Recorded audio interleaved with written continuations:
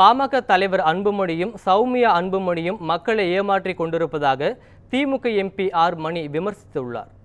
தருமபுரி மாவட்டம் அரூர் அடுத்த கச்சேரிமேட்டில் ஸ்டாலின் தொடரட்டும் தமிழ்நாடு வெல்லட்டும் தமிழ்நாடு தலை குனியாது என்ற தலைப்பில் பொதுக்கூட்டம் நடைபெற்றது. இதில் கலந்து கொண்டு பேசிய தருமபுரி எம்பியும் வழக்கறிஞருமான ஆர் மணி, ஜெயலலிதா, ஓ பன்னீர்செல்வம், எடப்பாடி பழனிசாமி ஆகியோருடன் கூட்டணி வைத்த அன்புமணிக்கு அதிமுக ஆட்சி காலத்தில் மதுக்கடைகள் இருந்தது தெரியவில்லையா என கேள்வி எழுப்பினார். தருமபுரியில் சிப்காட் அமைக்கும் பணிகள் கிடப்பில் போடப்பட்டதாக குற்றஞ்சாட்டினார். இப்படி கூட்டணிகளை அமைத்துக் கொண்டு மக்களை ஏமாற்றிக் கொண்டிருப்பதாக அன்புமணியை விமர்சித்தார். நீக்கமரம் இருந்திருக்கிற முத்தமிழர் டாக்டர் கலைஞர் அவர்கள் 2 பேரும் சேர்ந்து போட்ட பிச்சை உங்களுக்கு. அந்த பிச்சையை வச்சுக்கிட்டு எங்களை ஆட்டி பாக்குறீங்களா? வாங்க பார்த்தலாம். உங்களால் ஆட்டி படைக்க முடியுமான்னு பார்த்தலாம். நாங்கள் நாவடக்கத்துடன் பேசக்கூடியவங்க, நாகரிகமாக பேசக்கூடியவங்க.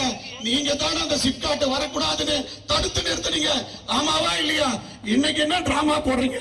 இன்னைக்கு என்ன நாடகம் போடுறீங்க? சரி, நான் உங்ககிட்ட இன்னொன்னு கேட்கிறேன். அதாவது 1000 ரூபாயை கொடுத்துட்டு ஒயின் ஷாப் கொண்டு போய் உங்ககிட்ட வசூல் பண்றான்னு சொல்றாங்க. சரி, இப்ப இருக்குது ஒயின் ஷாப். உங்க 5 ஆண்டு காலத்துக்கு முன்னாடி இல்லையா? அதுக்கு முன்னாடி இல்லையா? அவங்க ஆட்சியில் இருந்தாங்கல்ல. யாரு? ஜெயலலிதா அம்மையார், ஓ பன்னீர்செல்வம், அதுக்கப்புறம் எடப்பாடி பழனிசாமி.